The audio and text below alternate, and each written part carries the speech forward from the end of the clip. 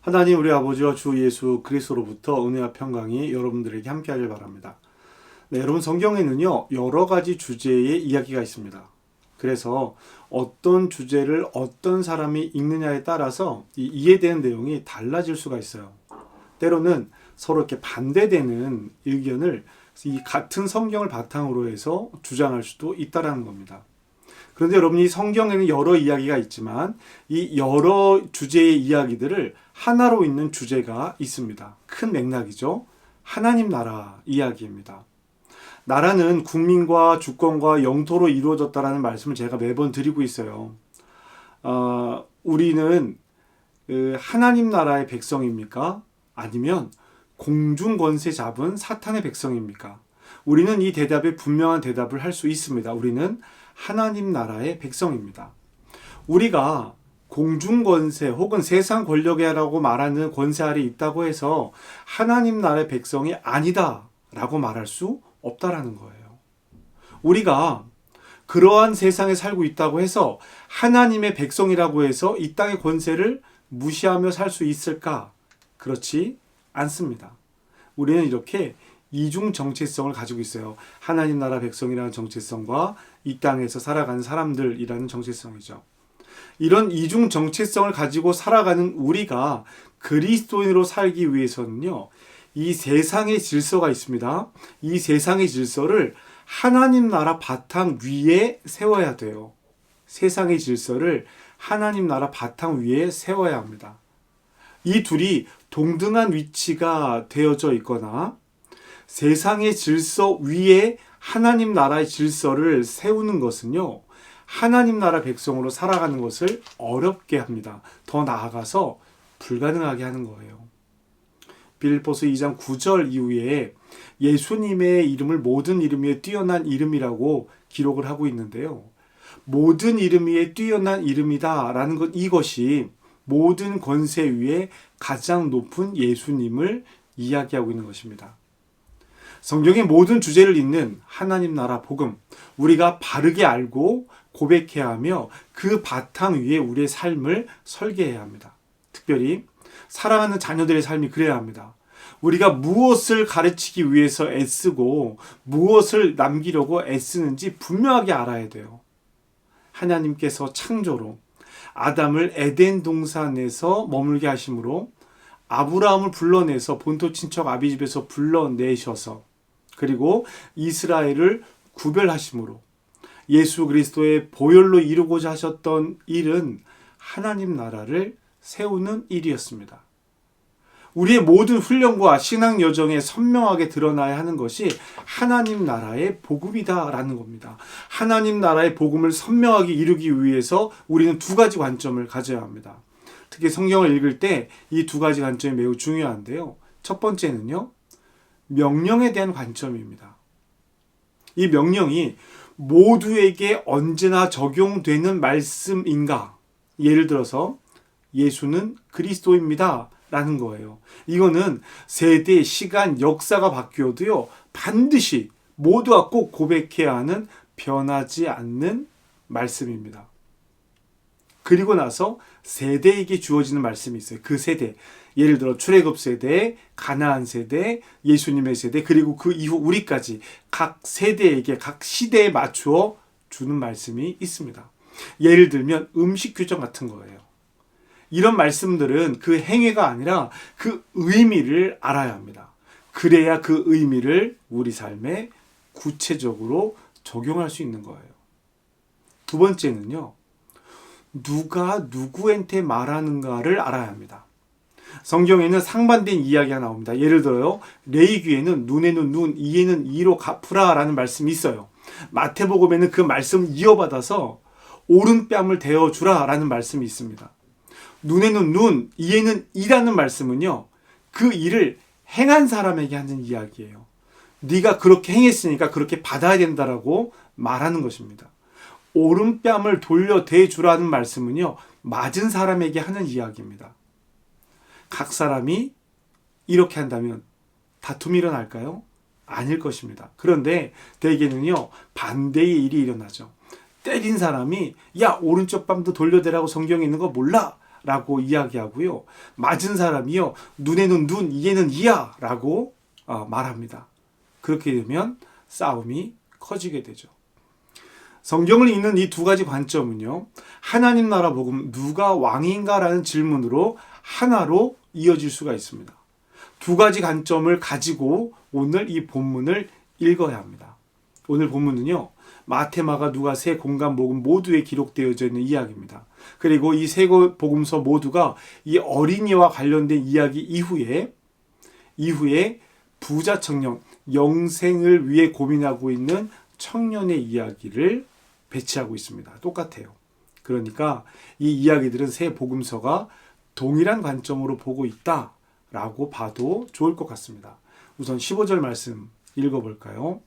사람들이 예수께서 만져주심을 바라고 자기 어린 아기를 데리고 오매 제자들이 보고 꾸짖거늘. 아멘. 누가가 마태와 마가와 다른 점이 있습니다.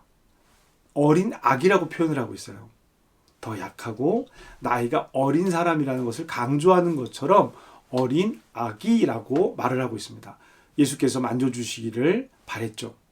여기서 앞서 드린 두 가지 관점 적용해 봐야 합니다. 먼저 변하지 않는 말씀이냐, 세대에게 주시는 말씀이냐. 여러분 이것은 세대에게 주시는 말씀입니다. 변하지 않는 진리가 아니에요. 당시 사회가 어린아이들을 가치 없는 존재를 여겼고 인격적 가치를 부여하지 않았습니다. 지금은 안 그러죠. 그러니까 이 말씀은 어린이들을 향한 말씀이 아니라 어린아이들을 그렇게 대하고 있는 사람들에게 주는 교훈입니다. 예수께서는 말씀만 그렇게 하신 것이 아니라 직접 말씀을 실천하세요. 16절인데요. 예수께서 그 어린아이들을 불러 가까이 하시고 이르시되 어린아이들이 내게로 오는 것을 용납하고 금하지 말라. 하나님의 나라가 이런 자들의 것이니라. 아멘. 세대에게 하신 말씀인가요? 변하지 않는 진리입니까? 세대에게 하신 말씀입니다. 어린아이들이 예수님 앞에 오는 것을 막지 않아요. 이 말을 들은 사람들은 잠시 멈칫했을 것입니다. 무슨 말씀을 하고 계시는 것이지? 아이들이 나에게 오는 것을 막지 말라는 말은 알겠는데 하나님 나라가 이런 자들의 것이라는 말씀 언뜻 알아듣지 못했을 것입니다. 하나님의 나라는 단지 약한 어린아이들의 것이 아닙니다. 어린아이들을 약자로 생각하고 어린아이들이 가는 곳이니 약자들이 가는 곳이야 라고 생각하면 안 된다는 이야기입니다. 이런 자들이 들어가는 곳인데 이런 자들을 누구라고 이야기하고 있는가? 이것이 중요해요. 이것이 예수님께서 하시고자 하신 말씀의 의미입니다. 변하지 않는 내용이고 하나님 나라의 복음이죠. 17절입니다. 내가 진실로 너에게 이르노니 누구든지 하나님의 나라를 어린아이와 같이 받아들이지 않는 자는 결단코 거기 들어가지 못하리라 하시니라. 아멘. 예수님은 모든 사람에게 하나님 나라의 비밀이 알려지는 것은 아니라고 말씀하셨어요. 우리는 이 땅에서 태어나서 어린 시절을 지나 지금까지 이르렀습니다. 어린 시절을 지나 지금에 이르렀다라고 하는 것은 그동안 많은 것을 배웠다는 뜻이에요. 인간의 삶에 대해서 많은 것들을 하나씩 알아왔습니다. 우리는 세상에 속한 것을 하나씩 차곡차곡 순서대로 배웁니다. 그래서 여러분들에게 자녀들에게 더 열심히 신앙을 가르치자라고 이 신앙을 마음에 새겨야 한다라고 드리는 말씀의 이유가 여기 있습니다. 우리는 아이들을 이 세상의 교육과정에 맡겼고 거기서 잘하면 칭찬을 하고 거기에서 잘못하면 아쉬워했습니다. 그래서 아이들은 자기가 어떤 존재인지 무엇을 잘 해야만 부모님이 기뻐하는지를 칭찬받는지를 알아왔다는 이야기예요. 우리는 이렇게 세상의 것을 알아가는데 예수님께서 오셔서 소개하신 하나님의 나라는 세상에 속한 것이 아닙니다. 우리의 세상의 방식으로는 그렇기 때문에 하나님 나라를 이해할 수 없는 거예요. 예수님은 어린아이 같지 않으면 하나님 나라에 들어갈 수 없다라고 하셨습니다. 자, 그러면 여기서부터 발견을 해봐야 돼요. 어린아이의 특징이 무엇일까요? 태어날 때 세상에 어떤 지식도 갖고 태어나지 않습니다. 오직 어머니가 주는 것을 받아들입니다. 에덴 동산의 아담이 그랬어요. 아담과 이브는 어린아이같이 세상적인 지식이 아니라 하나님의 말씀으로 에덴 동산을 배우고 있었습니다. 그런데 뱀의 유혹이 아담과 하와는 뱀의 유혹으로 넘어졌어요. 하나님의 지식이 아니라 세상의 지식을 배웠습니다. 그리고 스스로 판단하기 시작했어요. 이들은 하나님이 없는 경험으로 세상을 이루기 시작했다라는 것입니다. 그렇게 만들어진 그렇게 만들어진 나라는 하나님 나라와 부딪힐 수밖에 없는 거예요. 그것이 지금 우리가 살아가고 있는 이 삶의 현실입니다. 어린아이가 되어야 하나님 나라에 들어가는 것이 아닙니다. 어린아이 같이 받아들여야 하는 거예요. 하나님 나라를 어린아이 같이 받아들여야 하나님 나라에 들어갈 수 있어요. 그렇다면 하나님 나라를 어린아이 같이 받아들이는 것이 무엇일까요? 이것은 변하지 않은 진리입니다. 그리고 이 말씀은 주변에서 예수님을 보며 어떻게 할까 판단하며 이익을 따져보는 사람들에게 하시는 말씀입니다. 하나님 나라에 들어가기 위해서 일을 하고 적은 지식으로 판단하지 말고 어린아이와 같이 믿음으로 천국을 받아들여야 하는 것입니다. 어린아이처럼 믿고 받아들이는 것, 무엇을 말하는 것일까요? 계산하지 않는 것을 말합니다. 어린아이들은요, 자기가 좋아하는 것을 잡기 위해서 손에 잡고 있는 것을 놓습니다. 아무리 엄마가 야 이게 더 좋아, 이게 더 비싼 거야 라고 말해도요, 자기가 원하는 것을 잡기 위해서 손에 있는 것을 놓아버립니다. 저는 어린아이 같지 않으면 이라는 이 말씀이 너희 손에 쥐고 있는 것을 놓지 않으면 이라고 들려요. 우리가 지금부터 하나님 나라의 방식을 따라 하나님의 말씀을 따라 살겠습니다 라고 고백하면서 세상을 따라가지 않으려고 해도 이 지금까지 이미 우리가 살아온 세월만큼 경험만큼 세상을 마음에 담고 있기 때문에 먼저 우리는 이미 받아들인 생각을 포기해야 합니다. 버려야 합니다. 그런데 이미 알고 있는 세상의 지식을 너무 소중히 여기고 있는 거예요. 그 경험을 포기하려고 하지 않습니다. 오늘 말씀은 단순히 어린아이에 대한 말씀이 아닙니다. 그 의미도 매우 중요해요. 생산성이 없는 존중받지 못했던 존재에 대한 개념의 변화를 요구하고 있기 때문에 중요한 사건입니다. 그러나 더욱 중요한 것은 태도예요. 예수님은 그것을 지금 아이들 주변에서 아이들을 판단하고 있는 사람들에게 아이들 같지 않으면 하나님 나라에 들어올 수 없다라고 말씀하시는 것입니다.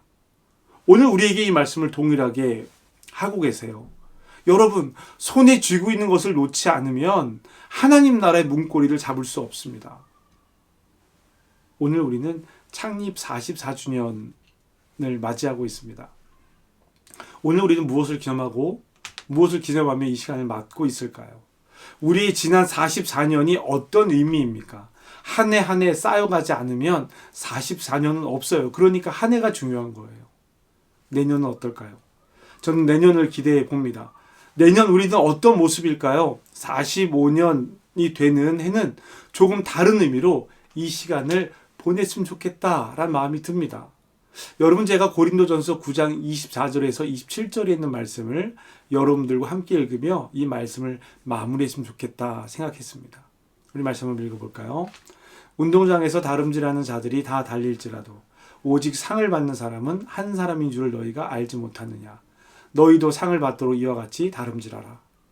이기기를 다투는 자마다 모든 일에 절제하나니 그들은 썩을 승리자의 관을 얻고자 하되 우리는 썩지 아니할 것을 얻고자 하노라. 그러므로 나는 다름질하기를 향방 없는 것 같이 아니하고 싸우기를 허공을 치는 것 같지 아니하며 내가 몸을 쳐 복종하게 함은 내가 남에게 전파한 후에 자신이 도리어 버림을 당할까 두려워함이로다. 아멘. 선수들은 출발 신호와 함께 결승선을 향해서 열심히 달립니다. 모든 선수들이 이 일을 위해서 많은 노력을 했을 것입니다. 결승선을 1등으로 통과한 선수가 메달을 받아요, 못 받아요? 받죠. 못 받을 수가 있습니다. 왜 그럴까요? 반칙을 한 경우입니다. 여러분, 달리는 것도 중요하지만 어떻게 달리느냐도 중요합니다. 바울은요, 남에게 복음을 전하는 자신은 버림받는 가련한 사람이 되지 않기를 바랍니다. 우리 교회가 하나님 나라 복음을 위해서 열심히 일하는 것도 중요하고 믿음으로 사는 것도 중요합니다. 그러나 그 일을 하는 동안 하나님의 방법을 따르는 것이 더 중요해요. 하나님이 만드신 규칙에는 하나님의 정체성과 가치관이 드러나게 되어져 있습니다. 우리가 하나님 나라 복음을 살아가는 사람이란 정체성이 분명하다면 우리가 살아가는 과정에서 하나님께서 주신 정체성, 가치관을 따르는 것이 중요하죠. 성공이 중요한 것이 아니라 무엇을 따르며 살아왔는지가 중요합니다. 결승선을 통과하는 게 중요해요. 달리고 있는 중간에 돌아보면 안 됩니다. 어린아이와 같이 받아들이지 않으면 하나님 나라를 받아들일 수 없다라고 되어 있어요. 누가 그랬죠? 부자 청년이요. 오늘 말씀에 이어지는 이 부자 청년은요, 근심하며 돌아갔습니다. 저와 여러분이 하나님 나라를 기쁨으로 받아들이고 하나님의 규칙 안에서 성실하게 살아가는 것을 배우고 익히는 하나님의 자녀들이 되기를 주님의 이름으로 축복합니다. 무엇을 받아들일 것인가? 44주년을 맞는 오늘 저와 여러분이 하나님 앞에 결단하고 기도해야 될 내용입니다. 기도합시다. 하나님, 어린아이와 같이 하나님 나라를 기쁨으로 받아들이게 하여 주시옵소서. 더 좋은 하나님 나라를 잡기 위해서 내 손에 꼭 쥐고 있는 세상의 기쁨을 선뜻 놓게 하시옵소서. 세상의 지식과 세상의 기쁨이 우리의 참된 기쁨과 하나님 나라 지식을 빼앗지 않게 하여 주시옵소서. 우리가 하나님 나라 일을 하든 나의 삶을 하나님께 드리든 우리의 삶의 방식도 하나님의 뜻 안에 있게 하여 주시옵소서. 결승선에 서서 실패하는 인생이 아니라 기쁨으로 결승선에 도달하는 삶이 되게 하시옵소서. 근심하며 돌아가지 않게 하시고 하나님 나라를 기쁨으로 살아가는 힘을 우리에게 주시옵소서. 예수님의 이름으로 기도합니다. 아멘.